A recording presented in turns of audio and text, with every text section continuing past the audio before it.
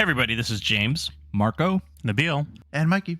and this is the Movie Pals Podcast, podcast number 205. Today we are reviewing Teenage Mutant Ninja Turtles from 1990 that just had a Fathom event 35th anniversary this past weekend. Let's get into it. What the heck was that? Looked like sort of a big turtle in a trench coat. There is a new enemy. Together we will punish these turtles. God, I love being a turtle! Cowabunga! So Teenage Mutant Ninja Turtles from 1990, sitting at a 44% of Rotten Tomatoes, by the way. Four Teenage Mutant Ninja Turtles emerge from the shadows to protect New York City from a gang of criminal ninjas. Directed by Steve Barron, who also directed Coneheads in 1983. This is written by Todd W. Langen, who also wrote Teenage Mutant Ninja Turtles 2, The Secret of the Ooze in 1991, as well as Bobby Herbeck. Based on the characters by Kevin Eastman and Peter Laird, this was released originally on March 30th, 1990 in theaters. With a budget of $13.5 million, this had a huge box office of $202 million, which at one point was actually the highest grossing independent film ever. So this stars, these are the voices for the Turtles, by the way. I know that they were, I guess, puppeteered and, you know, people in suits by different people outside of Raphael's character. He's the only one that actually did both voice and the actual puppeteering. So it's Brian Tochi as Leonardo, Josh Pace as Raphael, Corey Feldman as Donatello, Robbie Riss as Michelangelo, Kevin Clash as Splinter, Judith Hogg as April O'Neil, Elias Cotier as Casey Jones, Jay Peterson as Charles Pennington, Mako Turney as Danny Pennington, Raymond Serra as Stearns, James Sato as Orokusaki, or the Shredder, Toshihiro Obata as Tatsu. So let's start it off, since this is a blast for the past, guys. What's your history with the Teenage Mutant Ninja Turtle films, TV show, comics, toys? I'm going to start with you, Nabil. Well, I was very much in the 90s demographic of watching all the animated series that came out. And, of course, I've seen all the films. I did not see the first film in the theaters, but I want to say I remember seeing the second one in the theaters. If not, maybe right after it got released on VHS, because I was excited as a kid to see it. I'd seen that a few times. And I definitely saw the third one. I did not read the comics, but I did have the fun action figures. I don't know if you guys remember the one where they like switch, like you flip it and then it goes from like a regular turtle and they suddenly have a costume. I had the Raphael one where he's wearing like a, you know, like a little, I don't know, kimono. Is that what it is? The little So cool. the I know little what you're white talking thing about. that thing Yep. on. Yeah, Yep. like I had one of those and I would play with that all the time. My brother, I think, had the Donatello one. So we had a lot of toys, a lot of the cartoon show, of course, and then we've seen all the movies. But I stopped watching, I think, after the Next Generation or whatever, Next Mutation. I think it came out on Fox Kids. That was I think another that's when live they action show. Is that when they changed the animation? Yeah, they had a live action one on Fox for a little bit in the mid Oh, '90s yeah, I called remember The that, Next yeah. Mutation, and it had like a girl tortoise or turtle. I think it was Venus is her name. I liked it, but apparently it didn't last long. And then it started changing the animation, like you said, into the early 2000s, and I didn't watch that stuff. So it was all 90s as far as I made it to the Ninja Turtle saga. Gotcha. What about you, Marco? I have a long history with the Teenage Mutant Ninja Turtles. I saw the original movie in theaters because I am very old. I'm ancient, as they say. I'm 52 like as old when as- it came out. I know. like Galactus, you know, like before times, you know, before the galaxy. Anyway. Okay, all right. And of course, I saw the second one in theaters because I love the first one, and I was completely in love with these movies.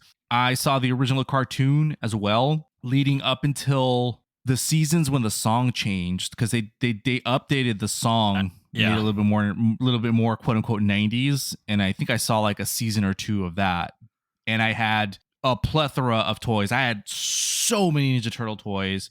I remember specifically that Leonardo, of the original four that they released, the original line, he was the hardest one to find. I found him on a trip to Iowa to go see my cousins out there, and we went to either a Kmart or Toys R Us, and I found Leonardo, and I remember I bought that sucker in Iowa, and it completed my set of Teenage Mutant Ninja Turtles. I had like two Michelangelos, a Raphael, and Donatello, and then finally Leonardo. And The cartoon ones expanded, of course. They added the metal turtle. They added Rocksteady and Bebop, the Shredder.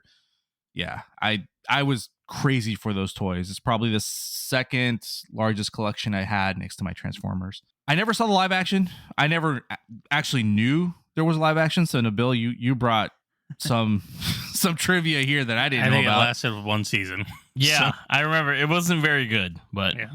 Jeez. But yeah, I was a huge fan as a kid, and I still am.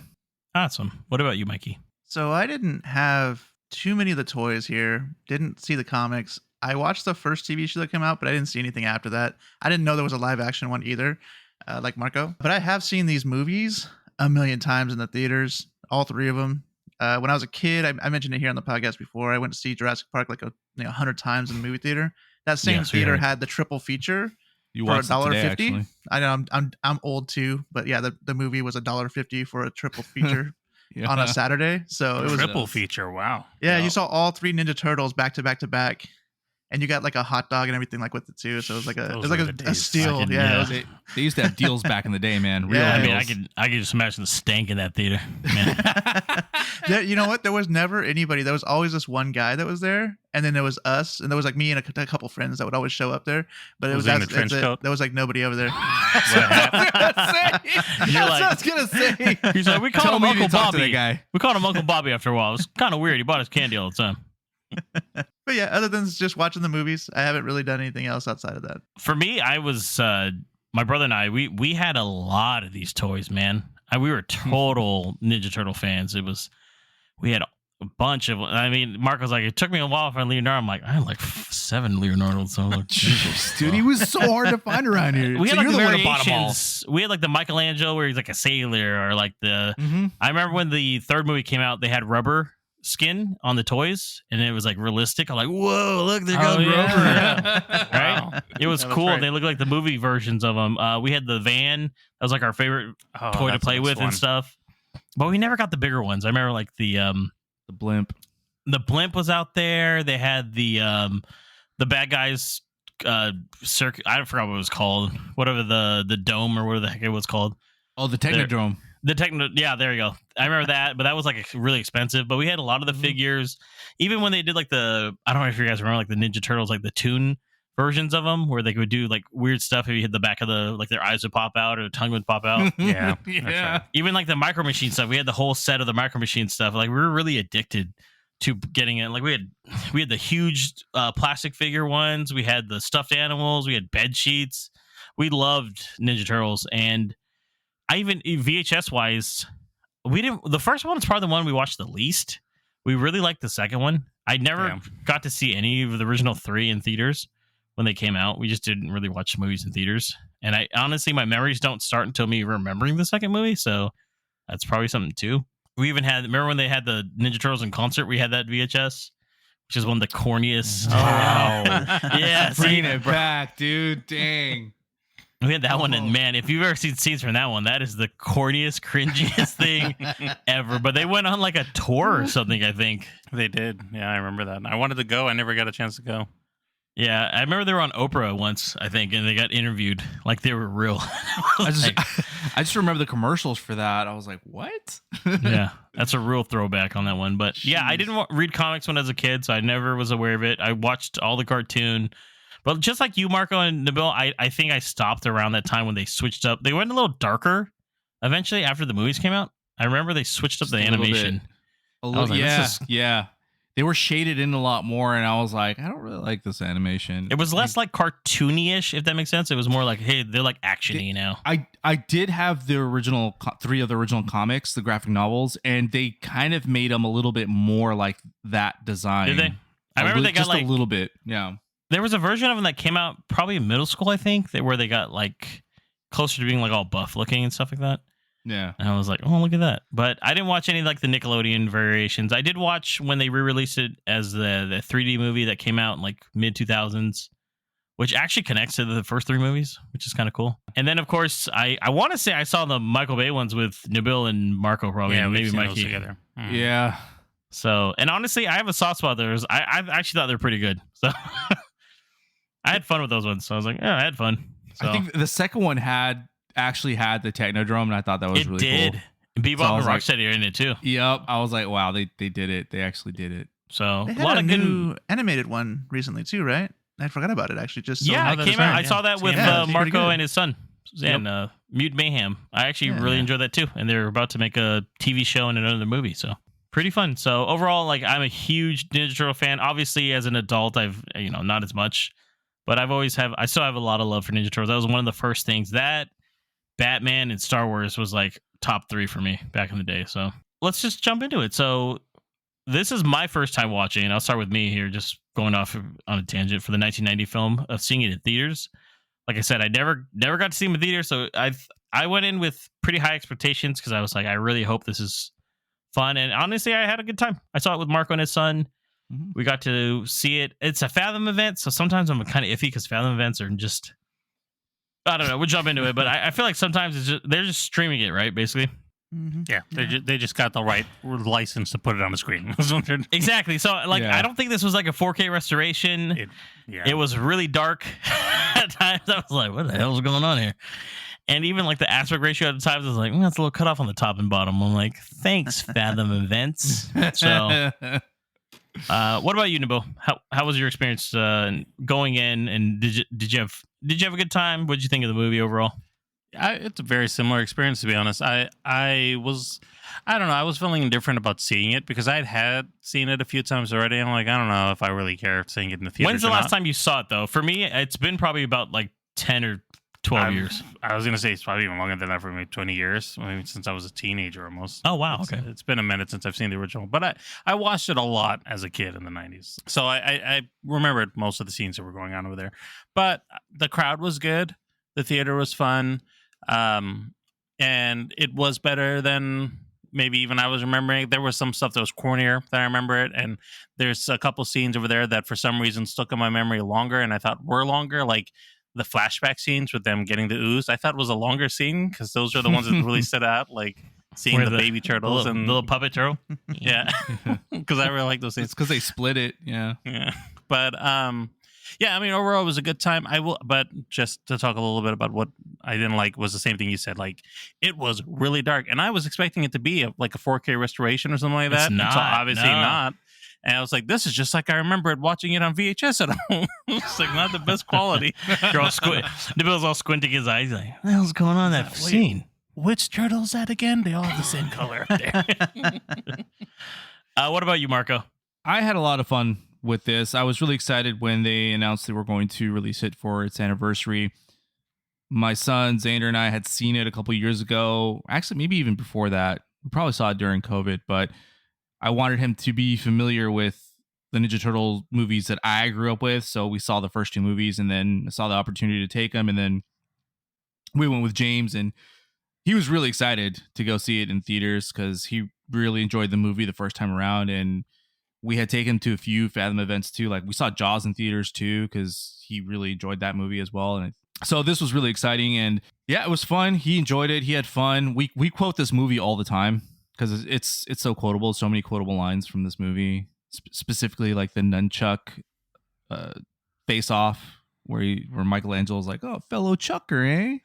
Yeah. But I had the same issues you guys did. Not only the lighting, but also the resolution. When they did the flashback scenes, that film was super grimy. I had to squint my eyes, and I wear glasses, so it's all my vision's already messed up. So I'm like squinting there, like okay, I think that's the turtles, and that didn't really help. So I think that was really the only downfall from it. I still love every part of this movie, the cheesy jokes, the bad jokes, all of it aside. It brings back so much nostalgia, and the fact that, you know, I could share it with you guys and also my son, I think just added to the experience. Yeah, I find that the older I'm getting, the more I'm more open to going back to seeing older films. So when they're in theaters now, especially movies that I didn't see as a kid that I liked. So, like, for instance, like The Clue is coming out again. I'm definitely going to see that in theaters, even though I just saw it a month ago at home. But it's one of those things where, like, I would love to see that in theaters, man. So, like, that seems like it'd be a good one, yeah. Yeah. What about you, Mikey? I know you weren't feeling well, so you originally were going to go with us. So you had to watch this one at home. You probably didn't miss much, honestly, quality wise. Because as a heads up, they do have a 4K restoration of this movie coming out with it. Arrow just announced this last week. So I have that pre-order, and I'm looking forward to rewatching this because Arrow does really good with their stuff. I can only imagine I will be able to watch the dark scenes, probably because the HDR at least, So So they should have waited to release this. Is what I'm hearing. maybe, It's the but once 35th again, Arrow, anniversary, Fathom though. Events, they don't communicate, they don't care. No, So they don't. So how was it rewatching it, Mikey? I don't know. When's the last time you watched it too? So Yeah, it's been like 20 years since I've seen this. Probably. I mean, I saw it a lot though as a kid. So as soon as I watched it here, nostalgia just hit right away. As soon as I started watching them, I'm like, oh yeah, I remember all this stuff happening. So it came back pretty quick. But yeah, I mean, I enjoyed the film. Like Marco was saying, it's just like it's all the stuff comes back. I didn't have the darkness issues obviously because I'm watching at my house and I'm watching a digital copy that I've owned for a while now. So that kind of stuff didn't really bother me obviously. But yeah, just I like the movie still. I thought I liked how they had comedy mixed in with the action. Right? They're like saying little sayings as they're like kicking people in the face, and they're like doing funny stuff while they're doing it, and it just kind of it just works for me at least. And of course, the whole puppetry animatronic thing is just like my favorite. So that's like cool stuff in general. nice. Let's jump into the plot, Nabil. What did you think about the plot overall? What worked? What didn't work for you? I remember this was being one of my favorite plots out of the three.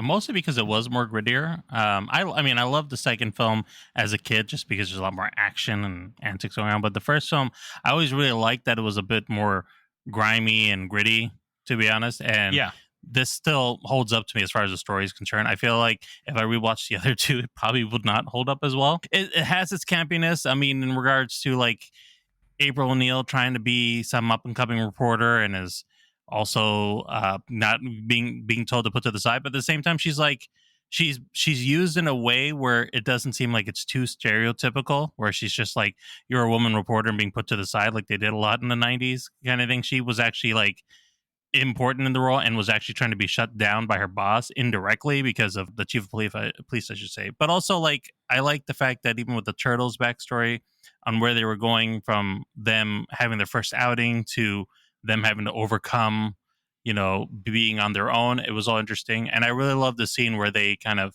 get stuck in this house because Raph kind of gets overpowered and everybody's getting their ass kicked, and so they have to go to this house. I always really like those kind of scenes where you get to interact with the individual turtles a lot more with April O'Neil and Casey. So that whole plot from A to B, I thought was still very strong. I think the only thing that was a bit weak for me, which I thought had a bigger impact, but I think I was comparing it to the second film, was the ending. Just like the introduction of Shredder, it starts off like he's going to overpower them and it's going to be, a really tough battle. But then suddenly Splinter comes out of nowhere and he's like, no, I got this. And it just, just chucks him over the edge and is like, we're done with this. And then also, spoiler alert for the 35-year-old film, but Casey Jones commits murder and just crushes Shredder. Apparently, I love that scene. nobody says anything about it. Allegedly. Dude, I was laughing. I was like, oh, he just killed him. Just I remember as a kid we used to rewind that part because it was so random. I was like, whoops. I saw Marco that. I was like, dude, I forgot about that scene. I was like, oh my God, I forgot about that too. It's funny. Yeah, I would crack Just up kills every time of that scene.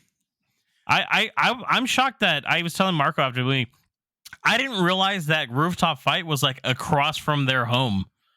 Like it's the building adjacent to the sewer. Right I was like, as a kid, I guess I thought they went to their hideout and fought for some reason. I don't know why. I thought that was like done on the rooftop of like where the Shredder's from. And I was like, oh, it's like right there. There's not a lot of like scenes outside of, if you think about it. I thought they chased them like down the street a few Same blocks here. and then went up the roof and they were trying to like duck and dodge the turtles Or something like that. Yeah. Yeah. But this time around, we were watching it. And I was like, oh, it's like right there. Like they just come out of the sewer and like, hey, let's just. And then the Shredder just shows up. He's like, hey, I'm like, He just shows up. Yeah. how do you know he was there? Yep. But once again, I think it's, as Marco and I were talking too, is like the budget. They had to cut a lot, especially in the. Marco, Nabil, Marco, you missed it a little bit, but there's a little documentary they had beforehand, kind of teasing some uncut stuff. And the guy was talking about how like they had to cut out like 14 pages of the script because they just ran out of time and money, basically. So there's a lot of the movie that was actually cut that the director Steve Barron wanted to film more, but he just didn't. They shot in like 7 weeks, which is crazy. Yeah, he said there's not really a director's cut because he didn't actually get a chance to shoot the scenes. Yeah, There were some storyboards that were left behind, like during the farm. They were supposed to be like a montage of Michelangelo just training by himself too, because he was, I guess, his kind of character growth got kind of put to the side, and they focused more on Raphael. But they were also supposed to focus on Michelangelo. Similar to Raphael, they weren't able to process their feelings. One handled it with jokes, being Mikey, and the other handled it with anger, being Raphael. And they both come to a full circle and come to terms with that at the end. But they had to cut one of those. yeah, and I guess they regulated Mikey just being kind of like the comedic relief, I guess. Mm-hmm.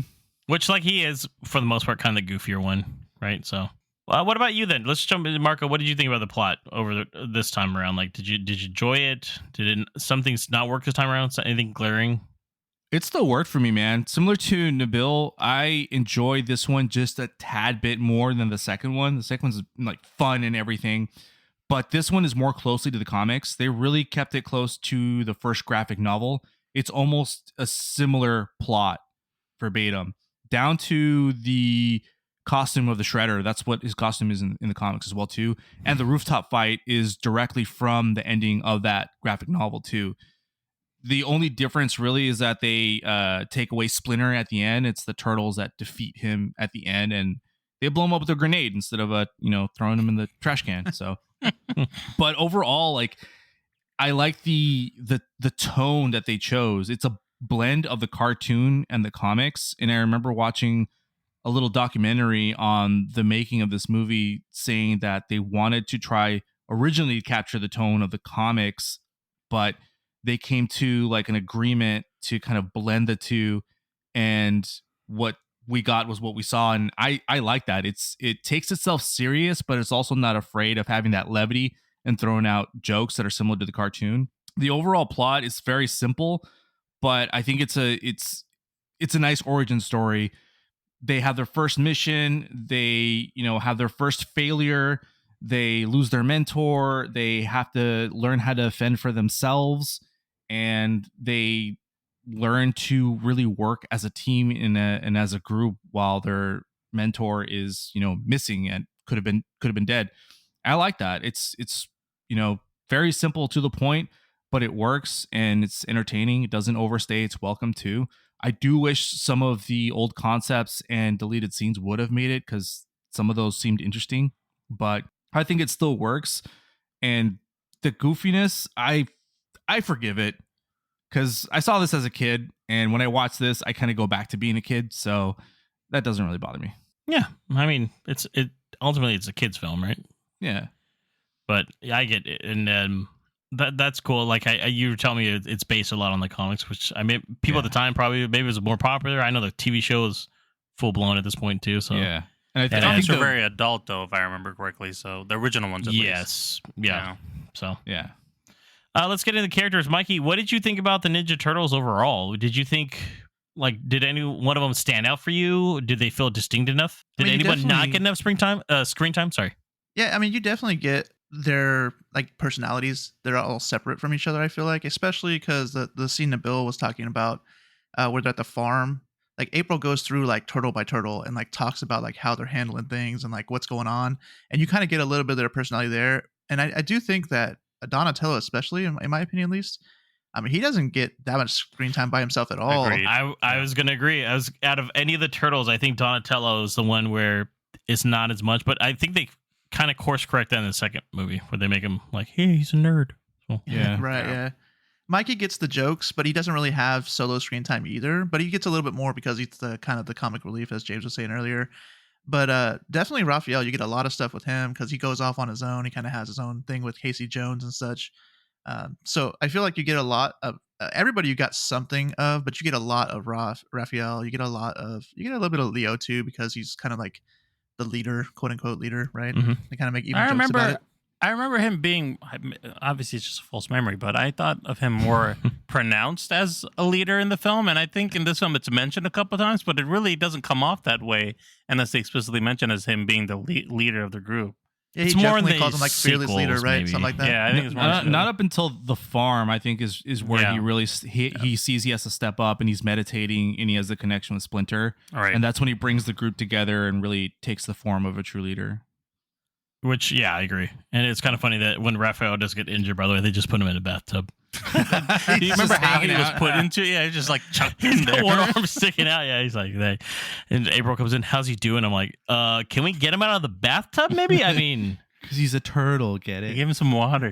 they're just like dripping it on him. This will heal him. I'm like, no, you need help, man. Bring him to a hospital or something. I don't know. Or a vet, I guess. I don't know.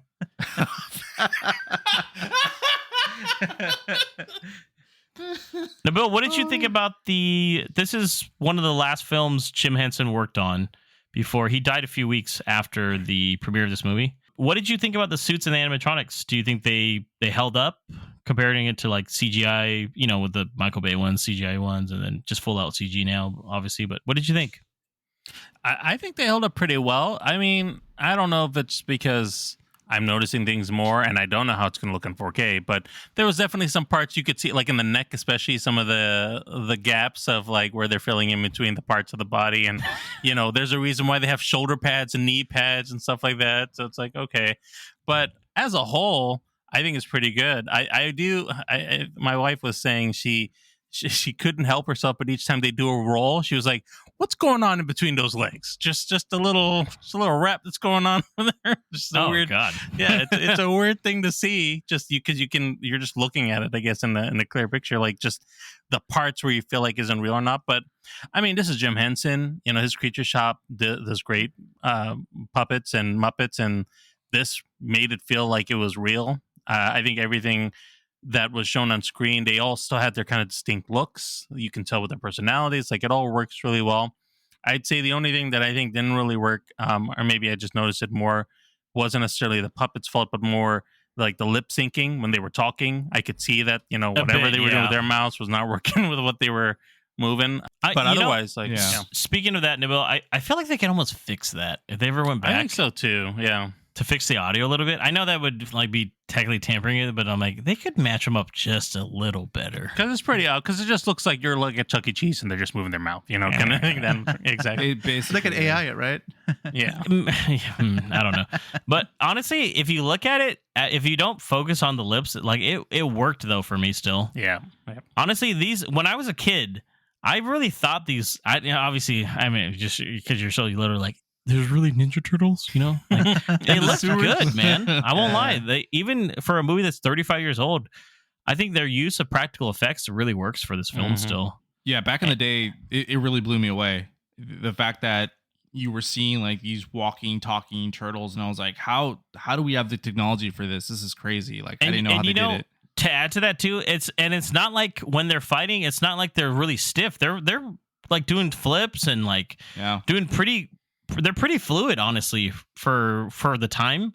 I mean, think about like just 2 years ago was the Batman 89, right? Came out and how he was in the rubber suit and it was very hard for Michael Keaton to kind of move around and stuff. And then 2 years later with a full suit like this and they're doing ninja moves, they're like out over here fighting everybody and jumping and rolling and stuff. And the suits were heavy still, too. Yeah. And it's still a little stiff, but I think that's more the choreography from a 90s film than it is of anything else. But it works pretty well visually for them being in these, like you said, James, like full bodysuits. Yeah, and for the budget they had too.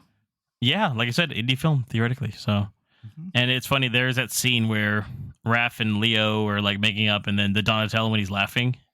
Me and Marco saw. Oh, that's yeah. the one scene you can see the guy his when his face. mouth opens up. You can see the guy's eyes in the bug out. in the you can see his eyes when his mouth opens up because that's where the eyes were at. Yeah. And you can see the one. That's the one scene. I was like, there it is. I kept it. Yeah, dude. When you see the freeze frame of that, it is creepy. It's creepy. It's super creepy.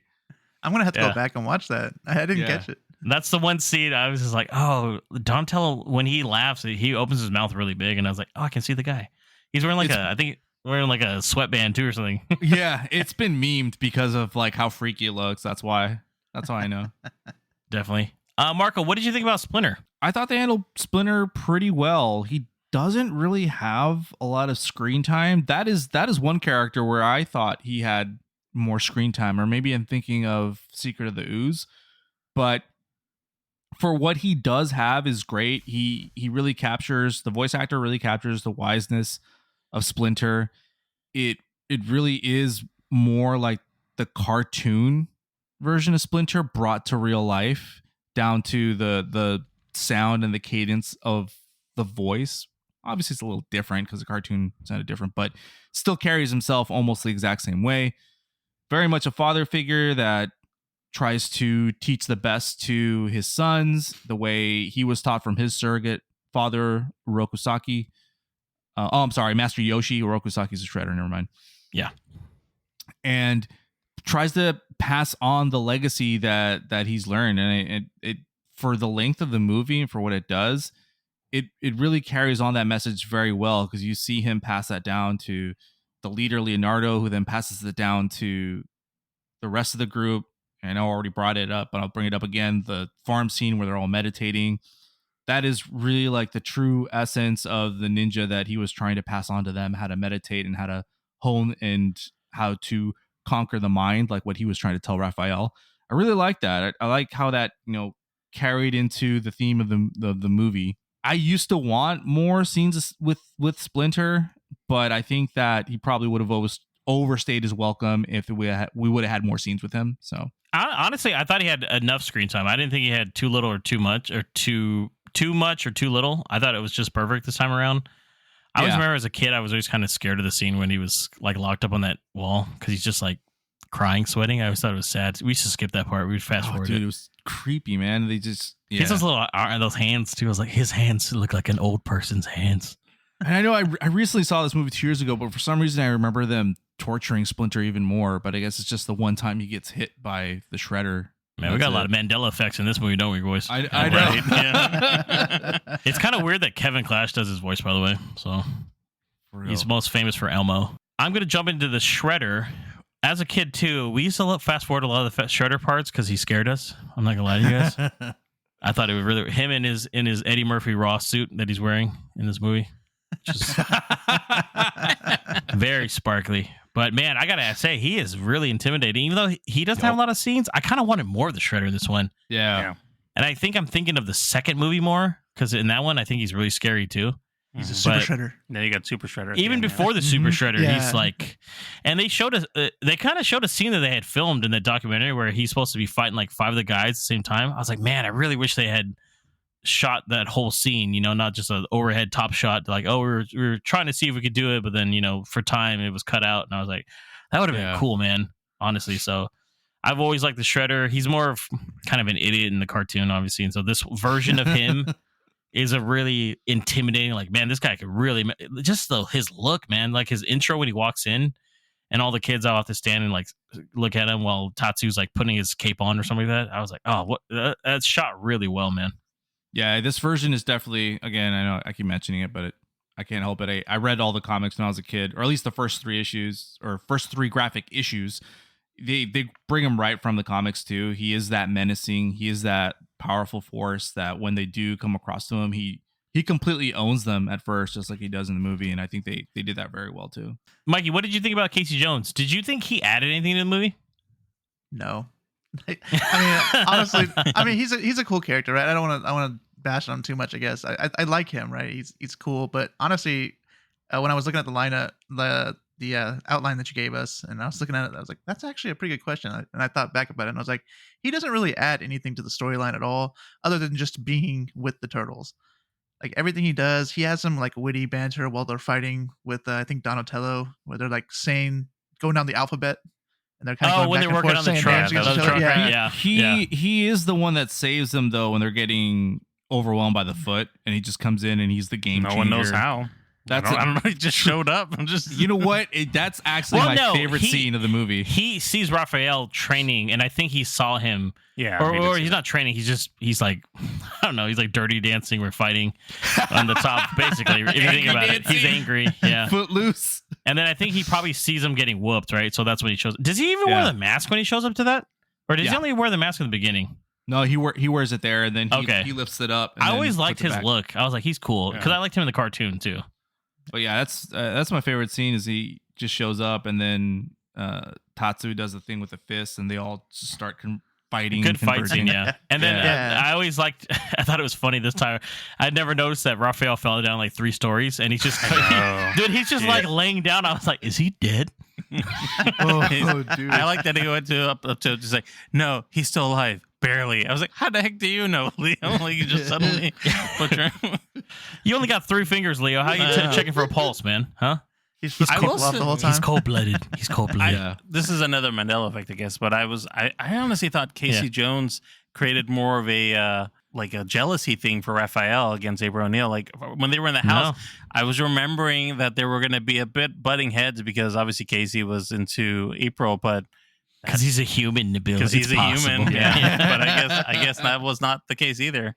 There Yeah, was not no, a lot of animosity between the two of them, except for that beginning part where they first meet each other. I remember, like, he's not in the second movie, but he comes back in the third movie, and he's more regulated to like a comedic Yeah, thing in the third movie. But Yeah. I really wish they had, put him out a bit more with his character. They haven't.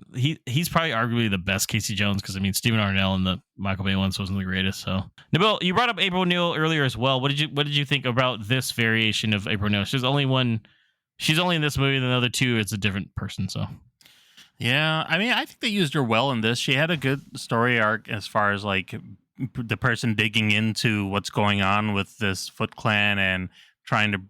She helped carry the lore across, I think, really well. Instead of just a bunch of turtles out fighting in the street, like she was saying, there's crime in this city and it's an uptick, and it's because of this gang that might be from Japan, and like it helped a lot of exposition, but in a way that was like helping drive the story forward. And she was being attacked, slowly. Like people were trying to get her to shut her up, so it gave a reason for the turtles to kind of get into her. So I think that's probably a good thing for her to be there and help ground it a bit. So that she helped a lot with that.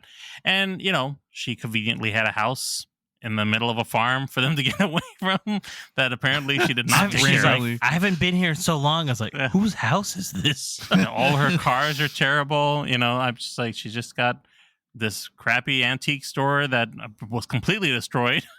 So Well, the the whole bill, building that's why was she gone. asked for a Well, no. raise. Was the antique store hers, or was it That just was her like she- family's. It was her dad's. Oh, okay. Or I something thought like she that. just lived above it. She's like, I just No. live above it. The whole I guess the whole building was hers. But all that's gone now. So hopefully that news studio was paying her pretty well afterwards. Well, yeah, But- because of the second one, she has a new apartment. Remember? Yeah, I think I can't remember if she did. See, I've seen the I don't second know. one so many times. I'm like, that. No, yeah, they even she- talk about it. So Because they make her the highest paid reporter at the end of the movie. So then, yeah, Right, That, yeah. that tracks. Mhm. So I mean, I think as a character, she was good. There wasn't anything that I felt didn't work with her there, and even like her interactions with the turtles, she thought it was weird, but then she slowly said, "Well, they just seem like kids. Okay, whatever. Like I guess I'll help you out here." I was trying to remember how they ended up like being with her more, and then when they show up, just suddenly that same night, like Splinter's gone. I was like, "Oh, it was a sad story." She just felt bad for them. She's like, "I mean, I guess come in, your dad's gone." So- it is funny that scene where Danny and Charles come over and like they're hiding, and then Mikey stares at Yeah. them from the table like this. He's like, and then disappear. Yeah. Or the bathtub when he's just kind of there on the bottom, and then suddenly "Why are he's- you he's getting hanging out. crazy?" Yeah. Yeah. Sure. Any other characters, guys? I'll leave it open that you want to talk about. I did like the addition of Tatsu. I can't remember if he's in the comics or I know he's not in the cartoons, but I thought he was a really good addition as a second hand to the Shredder, and he himself was pretty menacing too. You He saw was. like how strict his training was and how he could easily switch where he could We're he just could be beating up kind the of- kids. yeah, because you I see know, him right? in the arcade, he's like, go play, and then he's teaching a lesson. Then when he's mad, he just unwails on the dude and almost kills him. It's like, dang, dude. They're like, Tatsu, stop! Yeah, I was like, damn, he just slammed that guy into a locker and kept I know punching him. It was his scenes were kind of ruined for me because I think it was Djibouti Dubs or someone that did like a whole dubbed version of this movie, and I could for the life of me could not stop thinking about it. It's definitely not safe for kids, so don't show your kids. But Yeah. it's hilarious. That's all I'm gonna say. Cool. There's also a very young Sam Rockwell as head thug in there. So I was talking to Very Marco. handsome He's little in guy. it. He's in it a lot more than I remembered. I was like, oh, he's in it like a he lot more. probably would have served fine as the kid Danny's character, to be honest, and just worked into that role. And I James think- asked a good question. How does he get out of jail from the beginning? Because he gets arrested. Yeah, does I was get like, then he arrested, shows up and then he's showing people around. I'm like, but I think that might have been cut. I'm assuming the Foot have somebody in the police that probably, or some, I don't know, something going on, right? They Because must. they try to blackmail Charles, right? And that's why he's like, April, you got to stop looking into this stuff, or things are going to Yeah. happen. right. Danny is more of like the viewer, I think. He's like, because he's like the viewer surrogate of the movie, so he's like, oh, everything you're seeing it through him, because it's like, and that's why they're explaining everything to him, like, this is what we do. He's like, here's cigarettes, blah blah, and here turtles.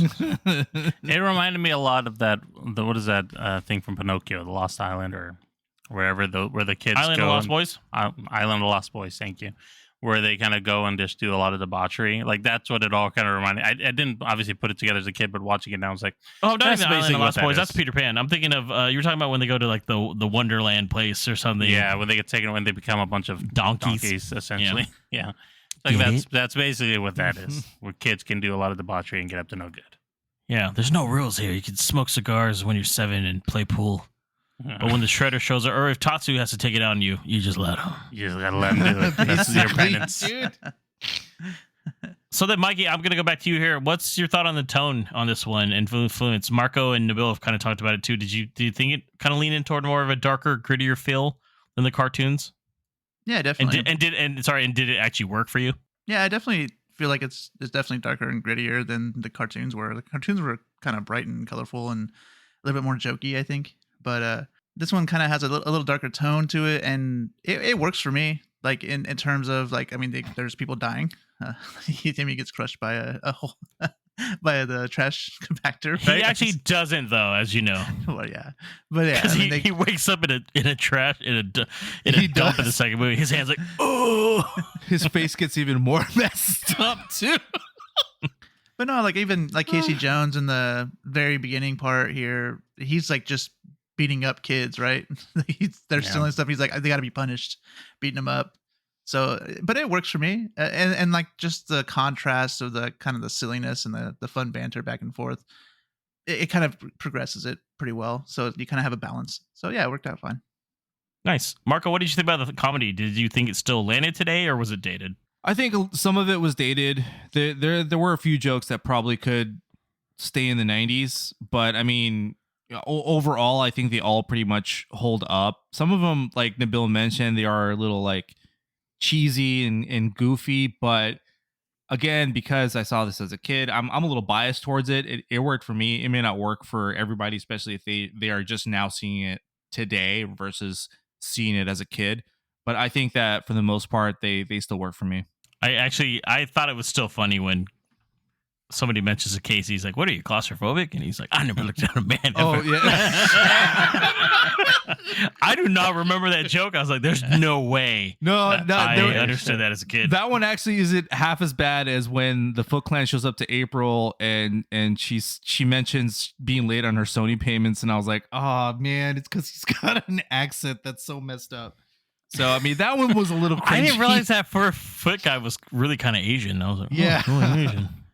I was like, geez, but all the rest of them, like the one with mainly Michelangelo, like he was on point with his jokes for the most part. Yeah. What about the themes of family and brotherhood, Nabil? Did Splinter's teachings and like the Turtles bond, did that work for you overall in this one? Yeah, I think the chemistry was really good between the four of them. Like we kind of talked about earlier, everybody's got their own role and their character arcs and how they feel, and we don't get a lot of time with necessarily Donatello and to some extent even Michelangelo. But as a whole, you can see the dynamic of them being brothers and a caring, and I think it really kind of leans in like when they are all together at the beginning with Splinter and like Splinter acting as a father figure and knowing that they get up to their antics, but at the same time is trying to be serious with them, or near the middle where everybody's kind of trying to reassess what they have to do next. And that moment with Leo and Raph where Raph kind of gets out of his coma or whatever and they're bonding, that was a really good moment. I did think it was funny when they do sit down and meditate and they suddenly master ninjutsu and they have a spirit of, connecting with Splinter. I was like, this seems the most, of all the fantastical things here, this seems the most far-fetched, but I mean, like, I'm with it. Okay. It's like his Force ghost almost. Yeah, like, hey, basically. Yeah. I am proud of you. But even like at the very end where after they defeat Shredder and Splinter's going in with them trying to come up with a catchphrase, and I think he says it was a cowabunga, and he's like, I made a funny. Like, I always remember that line as being really funny because of the fact that he says it that way, and it's like you can see the family dynamic there. So I think it all really does work well as them kind of being like we mentioned, like a team as a one unit rather than having to play off individually and see who's like competing with each other or anything like that. They did a good job with that. Yeah, and once again, that becomes almost a recurring joke too. By the way, I made it funny. I think. Right, yeah, I mean they lean too hard in the other films, but that is the first time in this movie. Yeah, but what I was gonna say was I think it's still because of the animatronics are so good. Even though the voices don't always match up, I think they convey emotion pretty well. Like there's a really touching scene. I think is when Splinter is telling Raphael like, hey, like they deal with it in a certain way, and you deal with it, through your anger and. They seek help and you don't seek help. I thought that's a really touching scene where it's just a one-on-one where Raphael comes back home after his encounter with Casey. Their faces are very animated. To be honest, like for what it is, like their faces as a whole, they show good expression from the comedy and the seriousness. The whole thing. Like it isn't just a bunch of eyes and a mouth that's flapping around. Like there's actual movement here, and you're feeling like they're almost real. And like I said, you almost like if it. At a certain point watching it, I get lost in it a bit where I'm like, oh yeah, the Ninja Turtles and stuff. I'm not always thinking, oh, it's a guy in a costume with animatronic, really advanced animatronic talking for him and stuff. Like it works. Even the scene where Splinter is taken and Raphael comes in and he starts screaming, like that's a really powerful scene, man. Mm-hmm. Or the scene that Nabil was just talking about, where they see the spirit of Splinter and they're all like just emotionally distraught, like. Really crying, good. actually. You can see the emotion in them. It's the first time that Mikey actually really lets go too, and he says no jokes. He just really like into his emotions, and Donatello's holding him, and it really, really powerful scene. That's all. Even like when Raphael wakes up finally, and he's just like, "Hey, man," and then like Leo's like, "Hey," he's like, what does this guy got to do to get some food here? But then they have he's like, "I'm so sorry for saying that we didn't need you," and I was like, "Oh, that's touching. That's a really nice scene. That's like a brotherly thing." And they're training too once they regroup again. That scene is really good too with the sun in the background. It's shot so well. Yeah, I like that shot too. Even though it's a little too dark, but we'll fix that in a few months. We'll get that fixed. We'll come back and tell you guys how it is. Yeah, Zan yelled, "Can we fix the brightness in here?" And I was like, "Buddy, they don't do that here." One thing I want to bring up too here. Well, Mikey, you can't really answer this because you didn't see it in theaters. You just saw it at your house. But how did it feel, Nabil and Mikey? Nabil and Marco. How did it feel watching the movie in theaters after it's 35 years later? Did you guys have a good time overall? Like you guys pretty much said you did, but was there anything that was different from you watching in theaters compared to watching at home? You just realize how dirty New York is. It's grimy, yeah. It's grimy. They get get that down. 90s New York. It's really tough. No, it was a good. I know we mentioned it at the top, but it was a good experience. The audience had a lot of fun. There were a lot of characters in my theater, and were there? I was like, no disrespect, you're in to see the film and everything. It's great, but man, there was a lot of people dressed up for the occasion, which I don't know how I felt about that because a lot of them were. What do you mean dressed up like dressed some up of them were they in a trench coat? Somebody was in a trench coat. There was turtle pajamas, full on gear. Some of them just had the shirt. Somebody had a mask on. There's a lot going on there. Nabil said, actually, then I looked in the mirror and I realized I was the guy wearing the pajamas and the mask. It was the me, trench coat. The beard all dyed green.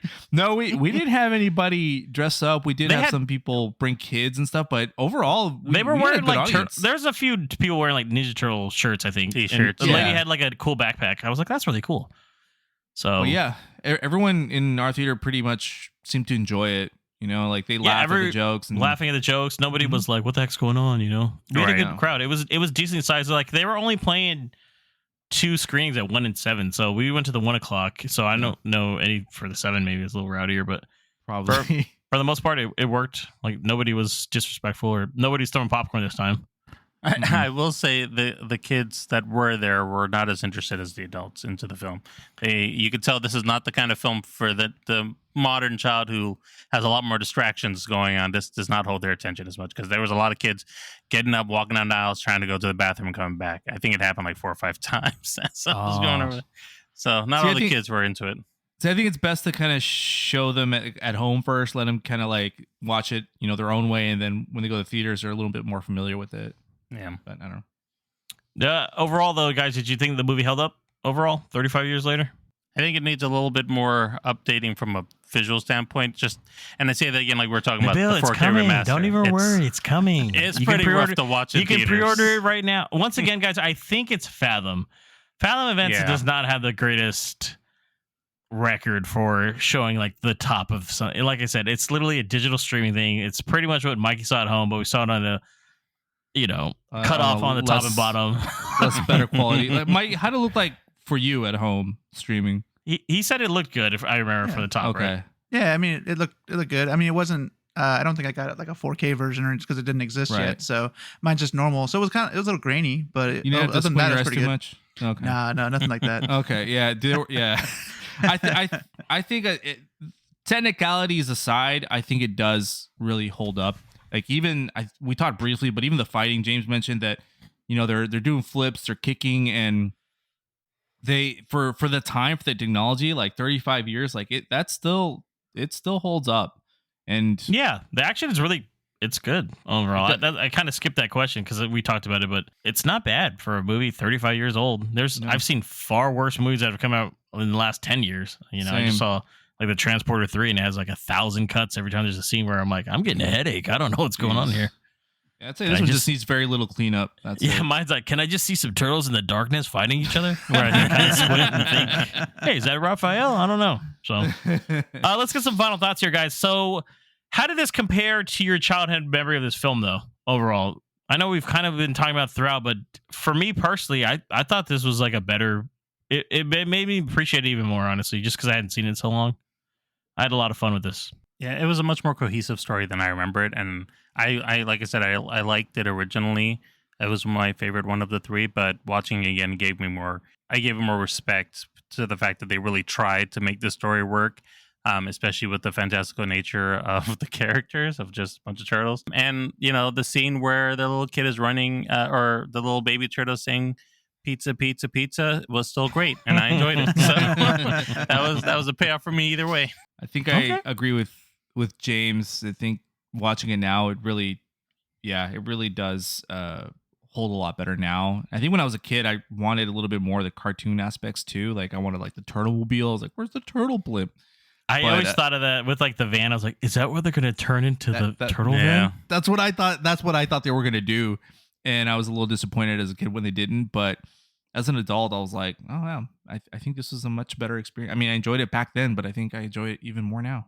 Yeah, that's where I'm going towards is like, I know I've seen it a million times when I was a kid, but coming into it right now, watching it, you not only get that like childhood nostalgia that's hitting you, but you also like kind of understand like the whole like slower parts of the movie, right? The Splinter being a dad, and you never really got that stuff. At least I didn't when I was a kid. I just like the turtles. I just like the action. But in this one, you actually can kind of understand the storyline, kind of get the feeling of the people, and it really kind of plays off. Yeah, definitely. And I wanted to start it before we give our overall rating. What is your guys' favorite Ninja Turtle? Start with you, Nubil. And my why? favorite turtle, my favorite turtle is Raphael. I always felt like he had the potential of being the leader if he just got over his anger issues, because he definitely usually has a lot of good ideas. But I do like Leonardo's weapons better. I love the katanas way more than the size. But Raph, I think, it's a much more interesting character. I've always had more fun with. I had the toys I would get was always going to be Raphael, wasn't Leonardo. Nice. What about you, Marco? It used to be Michelangelo when I was a kid.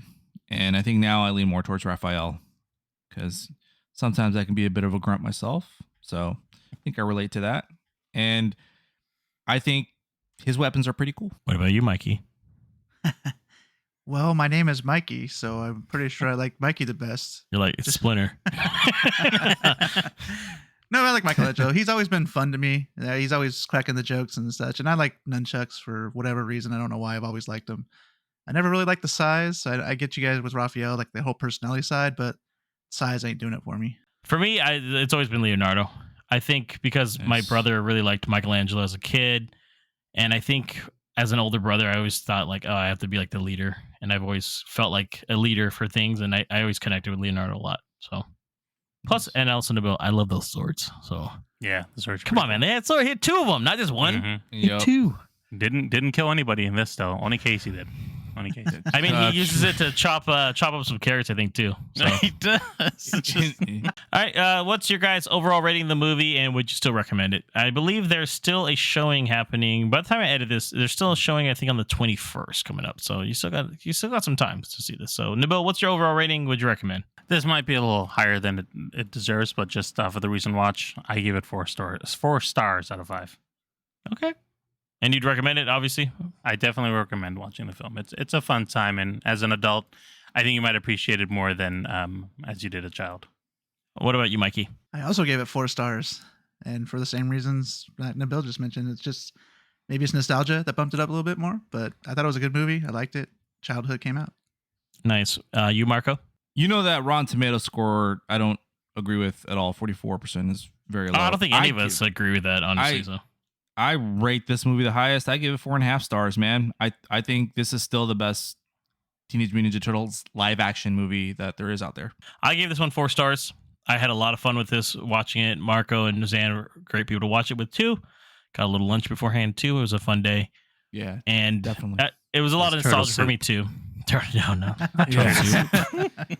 Though Zan was disappointed that Uncle James didn't come dressed as Ninja Turtles.